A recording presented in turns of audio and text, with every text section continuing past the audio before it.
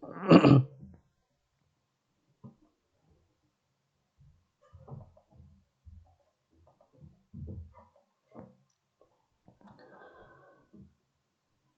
bismillahirrahmanirrahim. Assalamualaikum warahmatullahi wabarakatuh. Berjumpa kembali di acara Bincang Biologi, teman-teman belajar bersama guru kreatif.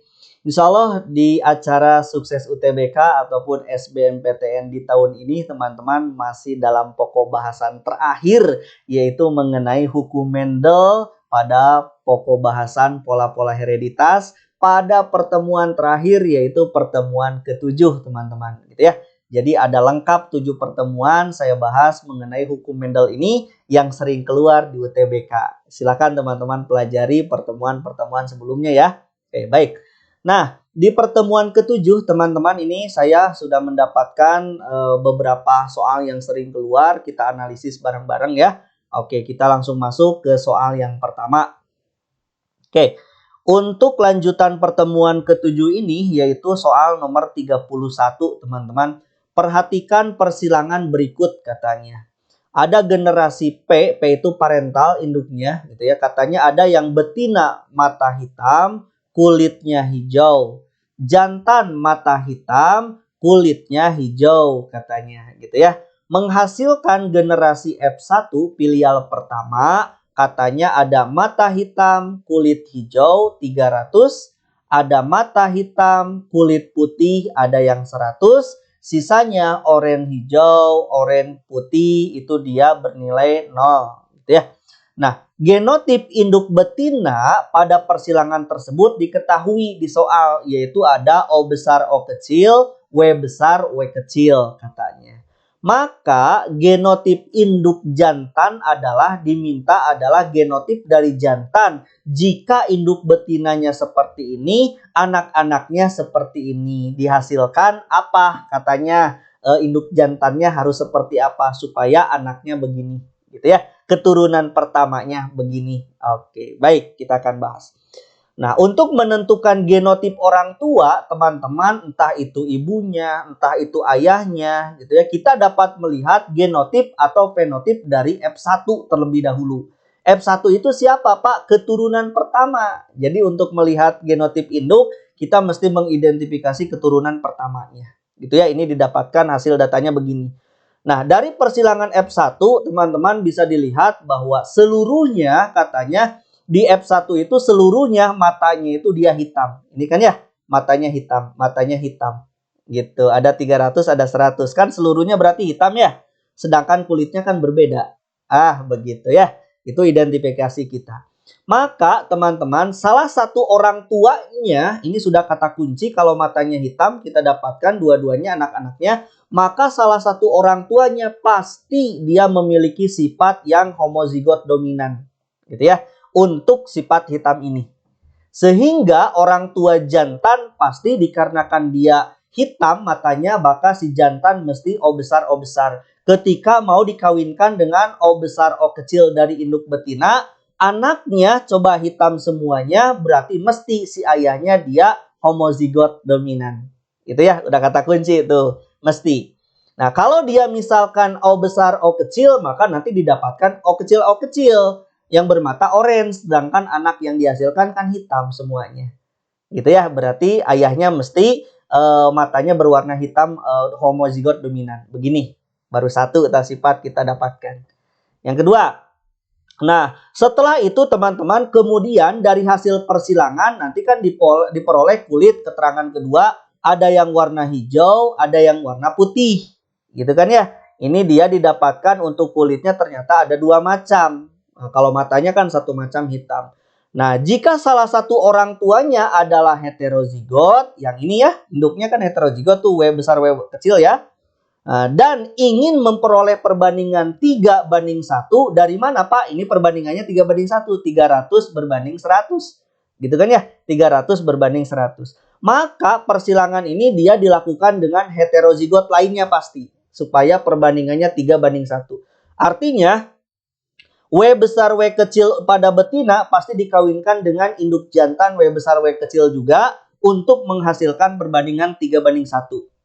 Nah, jadi induk jantannya mesti W besar W kecil juga gitu ya. Pasti harus W besar W kecil. Nah, maka orang tuanya kalau kita gabungkan sudah didapatkan, maka O besar dengan W besar W kecil. Ini adalah orang tua jantannya, berarti O besar W besar W besar W kecil. Teridentifikasi dua-duanya. O besar untuk menjawab sifat mata hitam, W besar W kecil untuk mendapatkan perbandingan 3:1 untuk hijau dan putih. Gitu ya.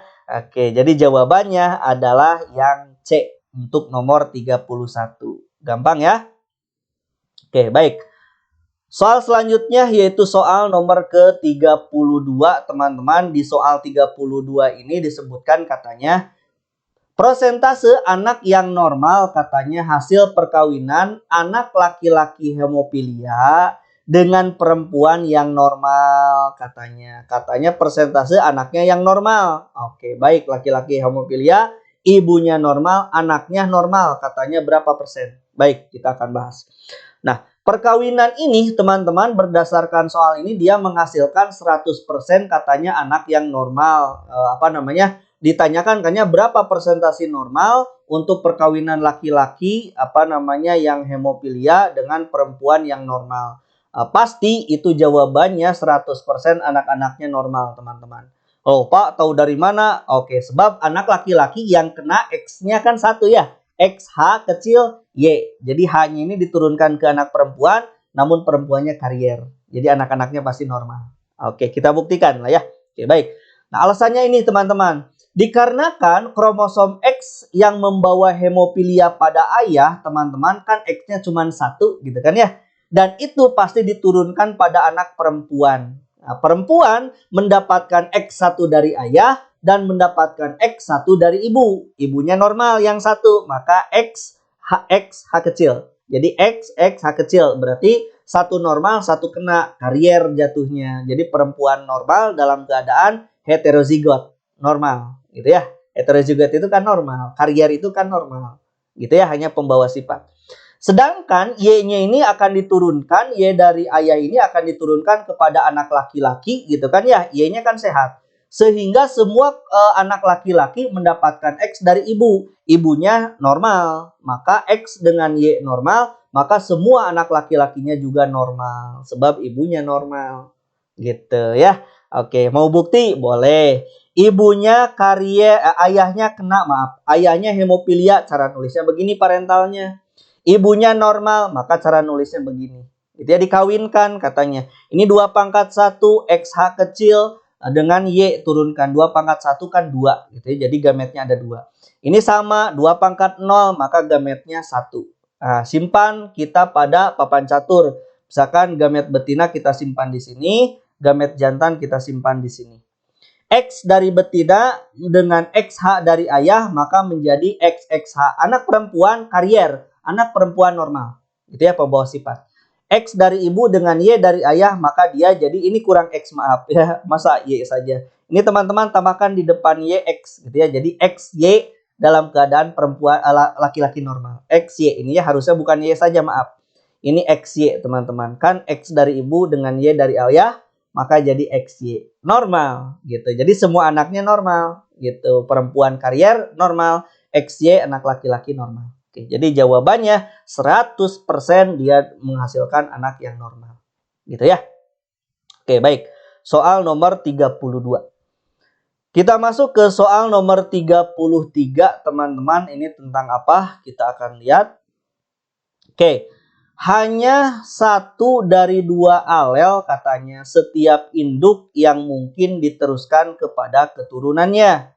Hal tersebut sesuai dengan ketentuan. Ketentuan apa? Oke, kita bahas. Katanya hanya 1 dari 2 alel setiap induk yang mungkin diteruskan ke keturunannya. Benar ya, hal ini tersebut sesuai dengan ketentuan apa? Oke, baik, kita bahas. Ini hukum Mendel berarti teman-teman. Oke. Nah, berbicaranya pernyataan di soal ini dia sedang berbicara hukum Mendel gitu ya. Oke, kita akan bahas ada yang disebut sebagai hukum segregasi bebas, teman-teman. Apa itu? Dia dikenal dengan hukum Mendel pertama gitu ya. Jadi hukum Mendel pertama itu nama lainnya adalah hukum segregasi bebas gitu ya. Nah, dia menyatakan di dalam hukumnya itu Mendel menyatakan bahwa pada pembentukan gamet anak, teman-teman, jadi gamet keturunan itu, nah kedua gen induk itu merupakan pasangan alel akan memisah sehingga tiap-tiap gamet menerima satu gen dari induknya. Artinya kalau ayah XY, ibu XX, XX ibu akan memisah gitu ya, XY ayah akan memisah, nanti X ayah bertemu dengan X ibu, Y ayah bertemu dengan X ibu gitu ya, memisah seperti itu. Nah, hukum ini berlaku untuk persilangan dengan satu sifat beda atau persilangannya itu disebut sebagai persilangan monohibrid gitu ya, teman-teman. Ini hukum Mendel 1. Nah, berbicara hukum Mendel yang lain ada yang disebut sebagai hukum Mendel 2. Tadi hukum Mendel 1 sudah disebutkan gitu ya. Dia setiap gen di dalam alel akan berpisah atau bersegregasi, berpisah secara bebas pada saat pembentukan gamet itu isinya. Sedangkan hukum Mendel 2 isinya setiap gen di dalam gamet, teman-teman, akan bergabung atau berasortasi. Jadi asortasi itu adalah nama lain untuk hukum Mendel 2. Jadi akan terjadi penggabungan asortasi secara bebas, teman-teman, pada saat pembentukan individu baru. Kalau yang hukum Mendel 1 berpisah, segregasi. Kalau hukum Mendel 2 dia bergabung, asortasi. Gitu ya. Oke, jadi jawabannya adalah hukum segregasi bebas. Hukum Mendel 1. Ini sedang berbicara hukum Mendel 1. Kalau hukum berpasangan secara bebas, ini adalah hukum Mendel 2. Gitu, teman-teman. Baik. Selanjutnya setelah nomor 33 kita lihat ke soal nomor 34. Oke, kita akan lihat apa isinya ya.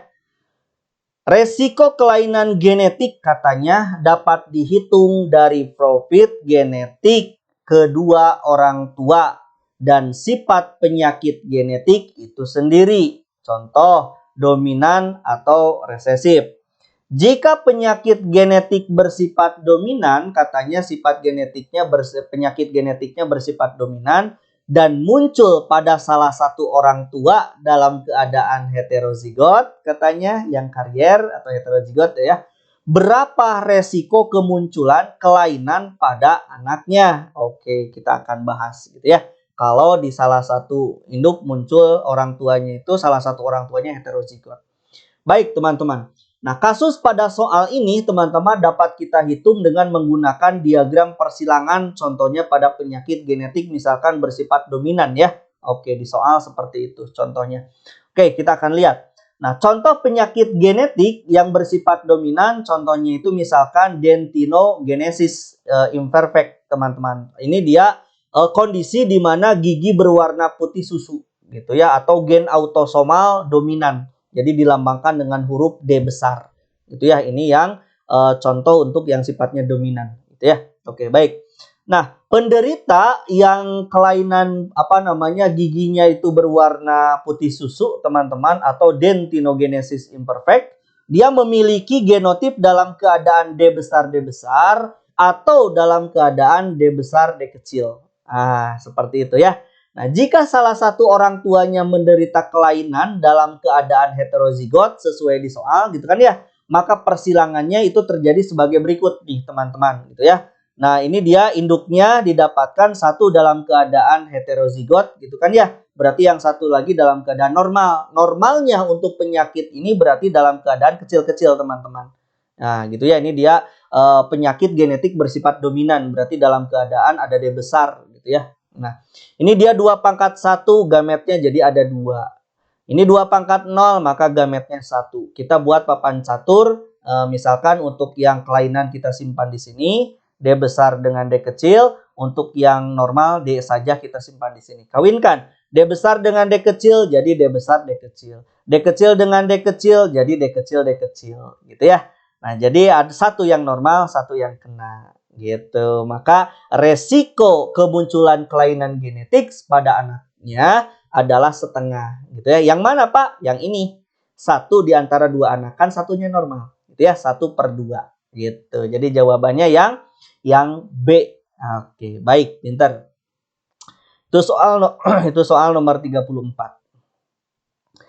Kita masuk ke soal yang nomor 35, teman-teman bisa diperhatikan katanya jika perkawinan penyakit apa ini alkaptonuria katanya sama seperti albinisme gitu ya, albino.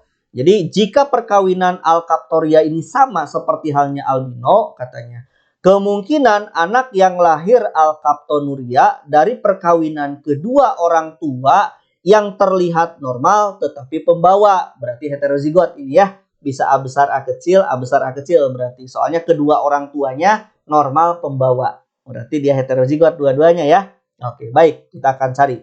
Nah, alkaptonuria ini teman-teman dia merupakan kelainan genetik teman-teman yang diturunkan pastinya gitu ya, di mana pada penderitanya alkapton gitu ya tidak dapat diubah menjadi asam maleasetat teman-teman, dan selanjutnya menjadi H2O dan CO2 gitu ya. Akibatnya urin dia berwarna coklat tua sampai yang ditemukan itu sampai dia kehitaman gitu ya. Itu dia kelainan. Nah, bahaya itu. Nah, perhitungannya teman-teman dikarenakan kedua orang tuanya normal pembawa, maka parentalnya kita lambangkan misalkan dengan H gitu ya. H besar H kecil, ini dia karier alkaptonuria dikarenakan normal pembawa karier kan ya.